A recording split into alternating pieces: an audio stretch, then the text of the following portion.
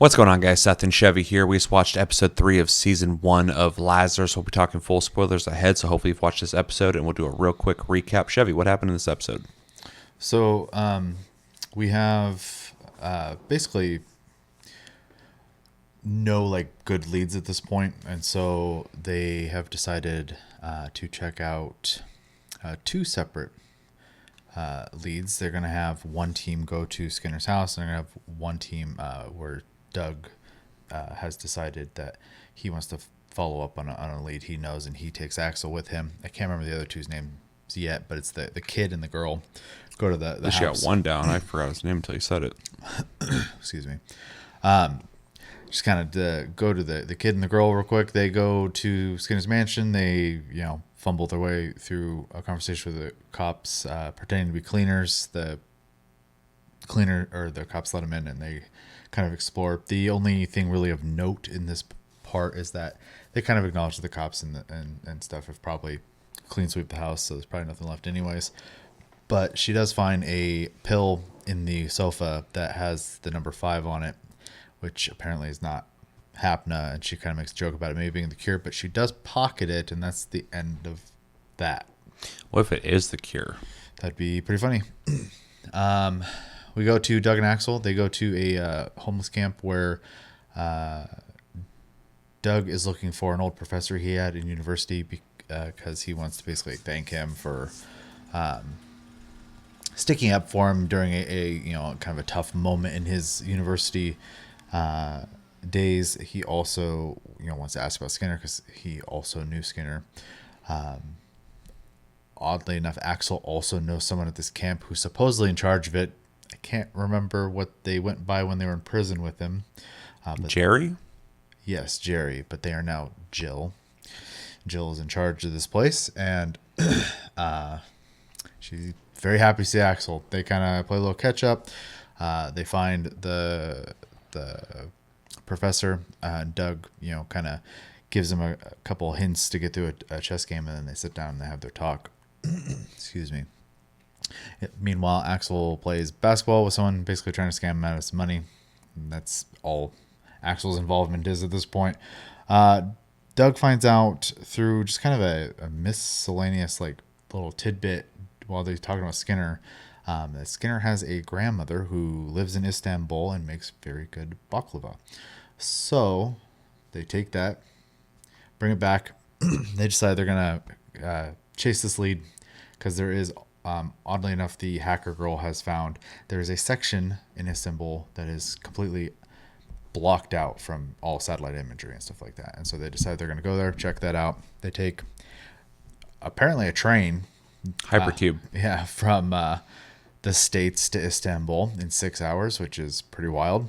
Also, one thing of note in the very beginning of the episode, too, the hacker girl said that she's one of 3 hackers that would be able to... Capable of doing that. Yeah. The thing, Skinner or whatever. Skinner's head on 100,000 people. Yeah. I missed that. So that kind of gave us some background on, she's, that good of a hacker if she's only one of 3 people who could do it. And that Doug's an academic. We got that as well. So. Yeah. And they suspect one dude is possibly... Or no, 2 people, but there's one name that came up, but I don't remember. There's Doctor number, and yeah, I can't remember the first one, but the one she ends up finding is the Doctor one. Yeah. And then she goes by some aggressive name. I can't remember exactly off the top of my head. But they end up going to Istanbul. Yep. They immediately get into trouble because he just kind of decides to walk around and flaunt himself in a bad part of town, and they basically try to get mugged, or they are getting mugged by a group of kids, and chase scene and some martial arts ensue. The kid gets caught because the kid goes with Axel. I should have brought that up, sorry. And they go to take his wristband off, which they can't. So they decide they're going to chop it off with an axe instead. And in his rightful fear for his limb, he just starts blabbing whatever he can to get people to stop, and he happens to mention the grandmother's name, which I can't remember right now. Belinda and her baklava. And that apparently she's known because they stopped trying to rob them and took them to her instead. So They go there. She gives them what I presume is a box of baklava, and they run off happy. And then Axel and the kid go in to have their discussion with her, which is pretty just like normal. Grandma hasn't seen Skinner in like 3 years, but last time he had brought her a rare like tulip or something like that.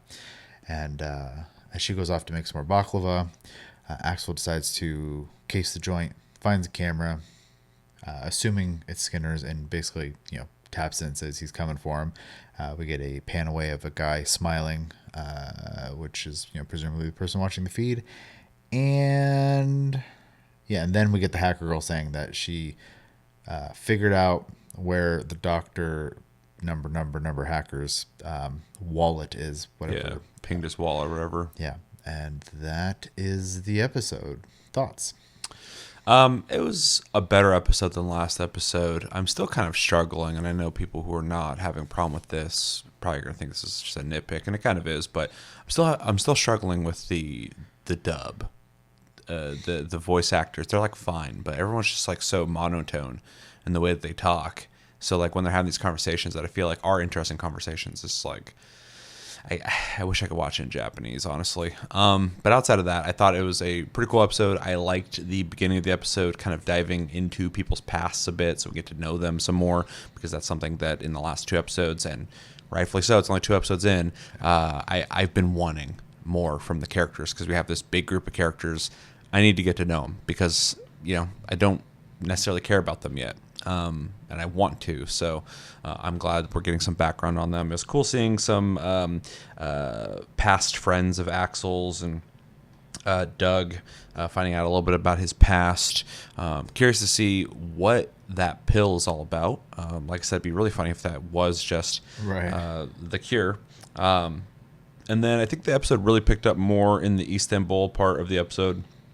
Of course, because we got a cool action sequence, which is not the reason I'm necessarily watching this, although it is the same director as Cowboy Bebop, and it is Mappa, so I'm hoping for action sequences, because I think you'd kind of waste that potential if you didn't have them. So anytime I see them getting ready for any kind of action sequence, I'm like, okay, cool, here we go, because there's some real talent behind this show, and it didn't disappoint. The show does have an interesting mix of parkour and like run and gun moving like action sequences that I think not only are creative, but they do some really cool like camera angles. A lot of like top down, like he's on the ground rolling around, like taking dudes down, doing like BJJ type stuff, which it's refreshing. I mean, I'm not used to seeing stuff like that in anime. So super fluid too. Yeah, it looks great, and real great animation that depicts speed.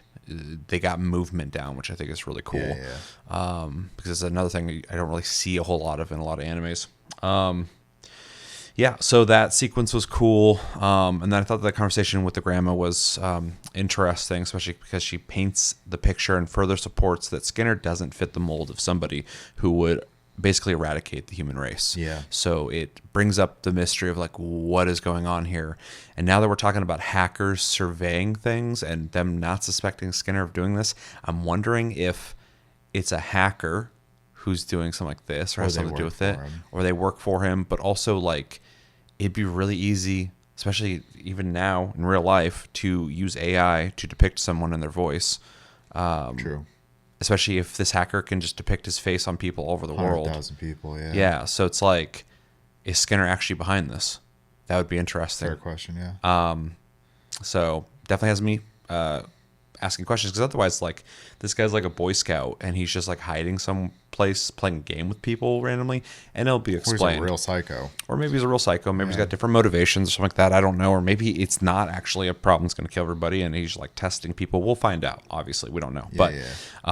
But the hacker in question is starting to make me think that maybe he's not involved at all, because just knowing what I know in real life, like what's even real, on the internet. So it'd be interesting to see if, like, maybe Skinner's dead and somebody else is like using his depiction to play a game. So I don't know. We'll find out. But yeah, this episode has me asking questions, which I'm happy about because I want to think. And the characters are becoming a little more interesting. I still need more from them, but Especially the kid and the girl. We barely got anything from those two. nothing. Yeah, and It was nice to get some on Doug though. it is. It's just like his like voice acting is just so like. And I know he's supposed to be like a smart dude who's supposed to be like very serious, but it's so like archetypical, and it's hard to listen to them have conversations because everybody's just so monotone. But yeah, it was good to get some background on him and get some character development, not development, but just character background. And yeah, I'm looking forward to episode 4. I am still very intrigued with the story itself. And similar to Cowboy Bebop, I love the variety of locations and people. Yeah. Because that's something this director does really well, is just exploring culture and people, which is always fun. Because he gives you a variety of different, like that, this distinct art style being used in different locations with different stuff going on that just gives you all these flavors that I really enjoy. So, Yeah. I actually I agree with the first segment you said, which is this episode was definitely better than the last one. Yep. Last one was kind of slow and almost nothing happening in it, so it was nice that this episode actually had quite a bit happening. Yep. The episode flew by for me, to be honest. Yeah, I thought it was like 15 minutes and it was Yeah. over. I was like, oh. Yeah, they did a good job of like, we covered 2 places in the beginning of the episode. They bounced back and forth in a way that like, by the time maybe you're getting bored with the 2, shaking out Skinner's house, we were done with it. We're heading to the homeless camp. We're taking care of that, and we didn't just have to listen to Doug like sit there and just have a conversation, right? They kind of threw in this like, showing this guy who's used to being in prison all the time because he's just basically a professional escape artist at this point, realizing dude's trying to scam him and he's just playing along with it to like basically teach him a lesson. And it just kind of goes back and forth between those. So like you get a little bit of like this fun mixed with info dumping for us, which was nice. Getting to see the world they live in as well, because we've already seen these crazy vehicles, and now we have this like really crazy like tube system for transportation where people can get around, which is fun. Something else Cowboy Bebop was really good about. I don't want to make comparisons to the show too much, but obviously similar minds. Yep. Excuse me. And that show had a bunch of like really crazy like vehicles and stuff too. So And ideas and just like exploring certain things. Yeah. and then them going to Istanbul, and then like we get the really cool I wish I could go to Istanbul in 6 6 hours. hours. Yeah, that'd be wild. Like just sitting on a hypercube. It takes 5.5 hours to fly across the country. So, and then getting into trouble, intentionally, basically, because Axel was looking for it, Yeah, he's a junkie. and then having this really fun action sequence where it's a lot of running and defending themselves, which seems to be just the way he fights, which is a lot of like run, disarm, tackle, whatever, move on, and just keep moving and then taking people out, which is honestly pretty smart because otherwise you really get jumped. And then the kid just completely out of his element because like he's not obviously the type to do this kind of stuff, and now he's stuck with this guy who is. So Yeah, he's definitely out of his element. yeah, it was a fun dynamic, and he's obviously confused as well because he decided to like get all dressed up and stuff like that, and he basically made fun of him because he's like, I fit in right, and in that moment we literally have this like zoomed out shot of the road, and no one else looks like that, so he just sticks out like a sore thumb. Although he did look like the prince or whatever that the little girl was waiting for. She was thrilled. So. Yeah. Just crashed through the roof. And then the conversation with Granny, her house was like super detailed. The baklava cool. looked delicious. Made me want baklava. Literally while we're watching, I was like, I haven't had baklava in a while. Yeah, and that has been a constant in the show. The art is like so good. It's like very detailed, which I really like. Nothing looks plain and boring. Especially in the environments, which I expect. But it's super detailed, and every place has like its own like visual cultural style. Yeah, no, I love it. The show definitely has a lot of style, which I enjoy a lot. Yep. Yeah, and I'm looking forward to the story continuing to progress because obviously this whole thing's basically like a detective show at this point where we're just trying to find out, like you said, that either it is him or what is it other than him, because you could start throwing the tinfoil hat on and have these ideas because the show could allow for it. So Definitely could. Yeah. Yeah, I got a lot of questions with that just because I have a hard time thinking that like it's just going to be like Willy Wonka and it's just like the one dude the whole show, them just Gets a golden ticket. Yeah. getting clues until they find him. Like there's got to be something else to the story. So we're about to find out next episode, hopefully, with the pursuit of these hackers or this hacker. So Yeah. But yeah, overall, fun episode. Only one slow one out of the three so far for me. So enjoying the show and looking forward to the next episode. yeah, same. Got anything else? Nope. All right, let us know in the comments what did you guys think about episode 3. What were some of your favorite parts? Maybe there's something that happened in this episode that we didn't talk about that you would like to talk about. Feel free to tell us what you think in the comments, and where do you think things are going? What are you hoping for? And how do you feel about the characters? Any favorites yet? And yeah, let me know everything you think about in the comments below when it comes to Lazarus. Stay tuned. We will have another review, of course, for Lazarus episode 4. We will be watching more Shogun and doing a mid-season review and then a full season review once we finish it. And if you have any recommendations for things you'd like us to watch, whether that be movies, TV shows, anime, whatever, we can't guarantee we'll watch it, but we'll definitely take your recommendation in consideration, and we'll appreciate it. So, yeah, I've been Seth. This has been Chevy. And until the next review, we will talk to you guys later.